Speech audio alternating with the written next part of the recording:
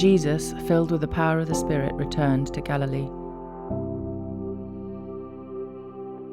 When he came to Nazareth, where he had been brought up, he went to the synagogue on the Sabbath day, as was his custom. He stood up to read, and the scroll of the prophet Isaiah was given to him. He unrolled the scroll and found the place where it was written, "The Spirit of the Lord is upon me, because he has anointed me to bring good news to the poor. He has sent me to proclaim release to the captives and recovery of sight to the blind, to let the oppressed go free, to proclaim the year of the Lord's favor." In our world today, experts estimate that 40 million children, women and men are victims of slavery. Human trafficking is a crime that turns people into commodities to be bought and sold. It's not only something that happens far from home, it's also happening where we live, in our own communities. Every person victimized by trafficking is a child of God, dearly loved and made in His image. It's time to come together as a church to take a stand against human trafficking. It's time to help those who are oppressed go free.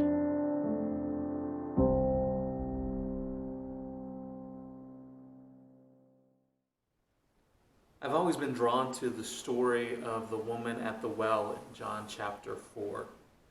There's just something about the way that it plays out that has gotten into my imagination, and I've often put myself into the different places and different people in the story to see how I would be if I was that person. The woman who's coming to get some water is held captive. She may not physically have chains on her in that moment, but she is bound. She is held in a situation that she does not want to be in because she feels she has nowhere else to go, no other way to exist. She's not worth any more than that. You see, this woman has had 5 husbands. And that day and time, that would have been unheard of. It would have been incredibly scandalous and incredibly shameful. And people would look at her and wonder, what is it about this woman that no one values her enough to keep her around? She must not be worth very much at all. She might just be worth what you can take from her.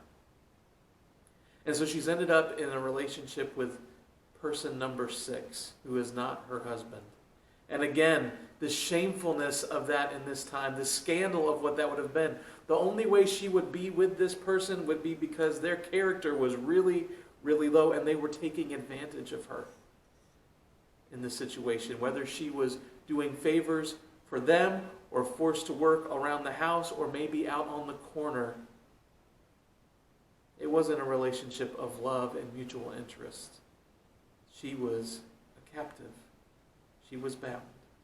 And every day she would go and be reminded of that by the looks of people, by the way they would sneer at her, by the fact that if they talked to her at all, it was in degrading and derogatory terms. But most of the time she would just be judged and ignored and shunned. And so she goes to get water from the well at the one time of day when nobody else wanted to, when it was the hottest, when you've already probably have needed some water for the day, right in the middle of the day, when everyone else is not supposed to be there. She goes to get a drink, to fill up her jar, and to bring the water back to the house.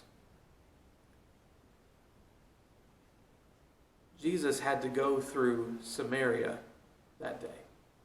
Now, geographically, he didn't have to. In fact, if there was a Jewish Google Maps or Waze at the time, it would have rerouted him 100 different ways, so he did not have to go through Samaria. But spiritually, he had an appointment that he needed to keep.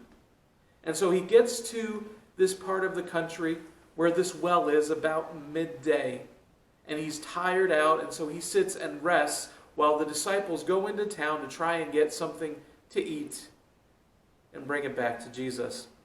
And as he is leaning up against this dusty well, the woman shows up. And she goes to pull out some water from the well, and the unspeakable happens. Jesus speaks to this woman. You see, he had an appointment there with her, because wherever there is bondage It is God's business to bring freedom. And so he breaks through all kinds of barriers, all kinds of chains that have been holding this woman captive in a really short span of time. I mean, the first one is that he even speaks to her at all. He breaks through this ethnic and religious barrier that had been between him and this woman. See, Samaritans and Jews weren't supposed to talk. They weren't supposed to like each other. They weren't supposed to be kind to each other. They weren't supposed to be around each other. And he decides, I don't care what ethnicity she is. I don't care how her religion makes her worship. I'm going through that to connect with her. Men and women weren't supposed to talk at this time if you weren't close family, out in public. And then here he is, this powerful Jewish rabbi speaking to this Samaritan woman. And so he's like, I don't care about the power dynamics. I don't care about the sexual component to this and the gender roles here. I am breaking through these barriers to get to this woman. In society, if anyone else had walked by and seen this, this is what they would have thought. What is going on with this man?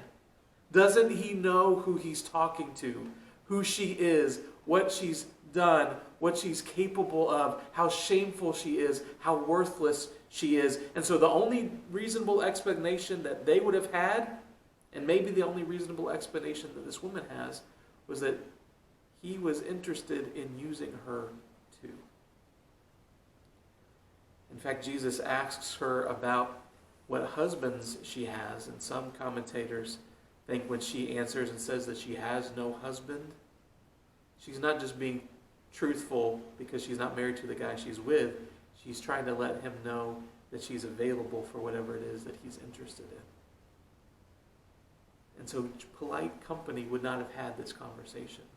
But Jesus breaks through all of those barriers because he had to go to Samaria to speak to this woman. He had to go through all of those things to speak to this woman because she was valuable and she had lost that. She was supposed to be free and she was held captive. And God's business is bringing freedom to captives. And so he showed up to do just that day. And he did it by helping her to connect to who God was. As they started to have this conversation, as he started to bring truth about who she was and where she was at in her life, she wanted to kind of distract by pointing to religion. And she thought of God the same way she thought of herself, constrained. Like God could be at this mountain where they're at, or he could be in Jerusalem. And where are you supposed to go and worship him? Because that's the only place he could be. And God really wasn't even for people like her, right? God was for those who were worthy, those who were righteous, those who knew which place to show up at. God wouldn't have been for someone who was worth less, who wasn't able to keep any relationship, who was being used. And so that's where she thought about God. And she thought there was a Messiah that was coming, and that would be awesome because he would make everything clear. But that Messiah wasn't going to change her reality now. It wasn't going to fix things where she's at now. It wasn't going to take the chains that she wore around her heart and around her mind and around her spirit and around her body off of her.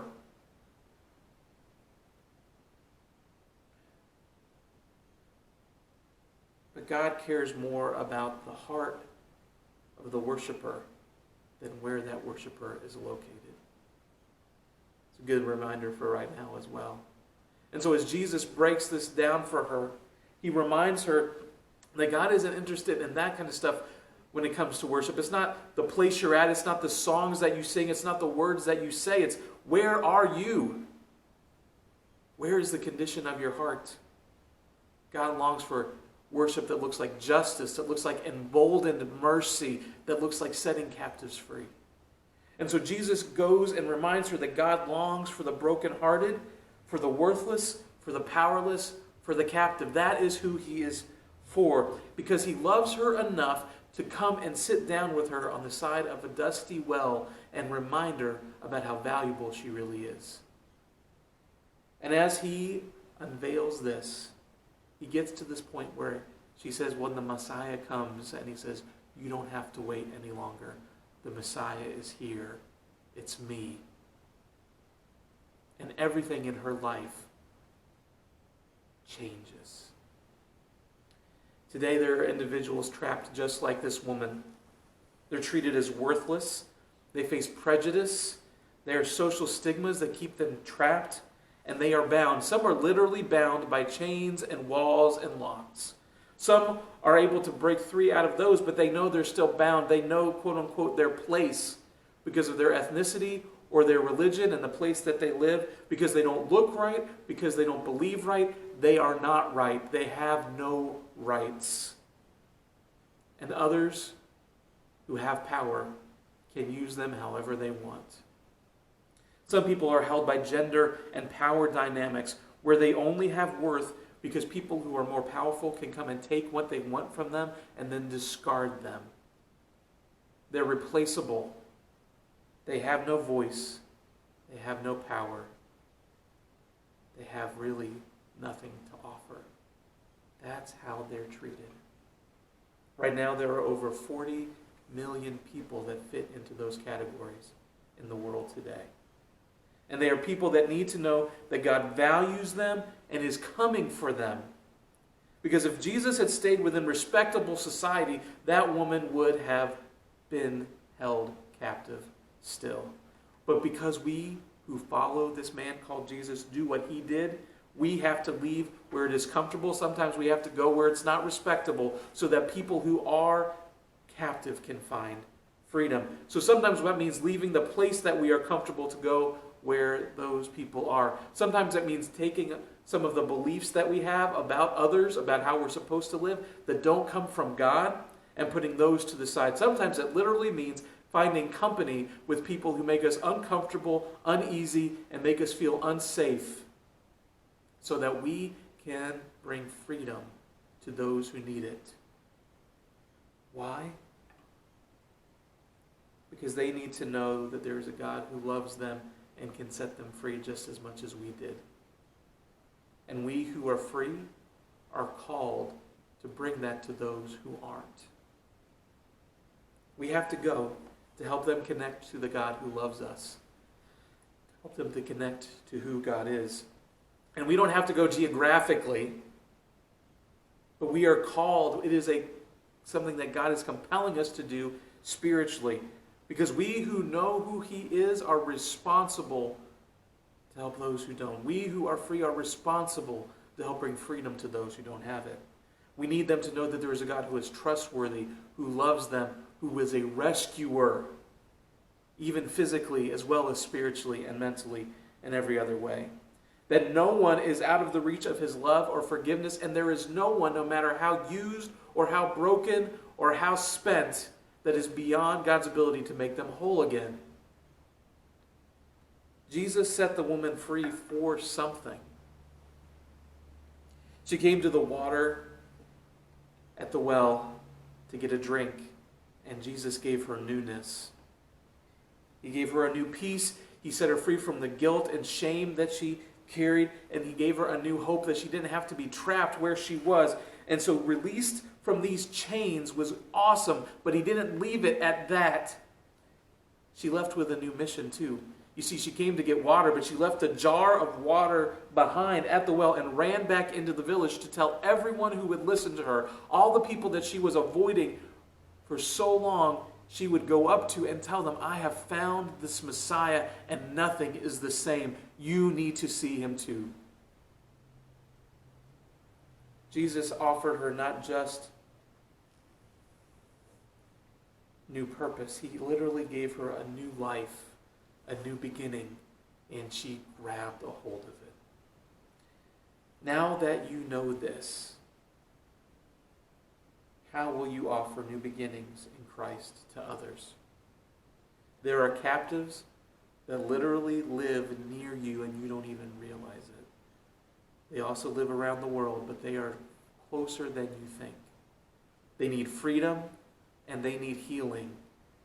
And just setting them free isn't enough. You need to help them find a new life, a new way to live.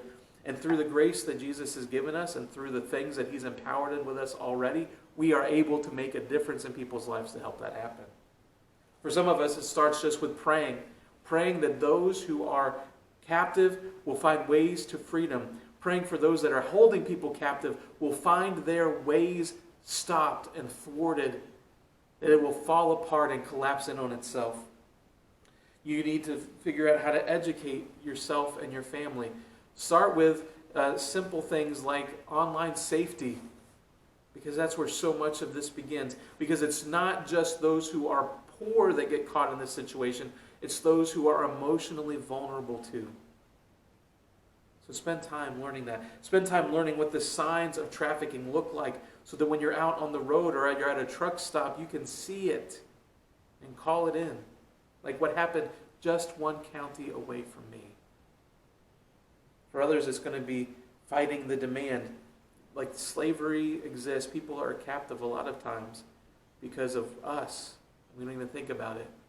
Because we create a demand for that by the ways that we shop, by the entertainment that we choose, by the pornography that we can consume. So if we can cut back on the demand, then it becomes less profitable to do. And there are so many organizations that you can partner with too, all around the world, that will help with fighting trafficking, that are on the front lines in all different ways. And you can partner with them. You can join what they're doing. You can help them out. You can send them supplies. You can send them money. You can volunteer. You can check out Nazarene Compassionate Ministries, NCM, online, and they have a huge list of ways that you can help. That's just one of the places. There's a resource that we are making available. It'll be on our Facebook page and other places that will have some local places and some places that are international that you can partner with to make a difference. But here's the basic thing too. No matter who you are interacting with, because you may never know what they're going through or how captive they really are, make sure everyone that you interact with knows how valuable they are and knows there is a God who loves them and is coming for them.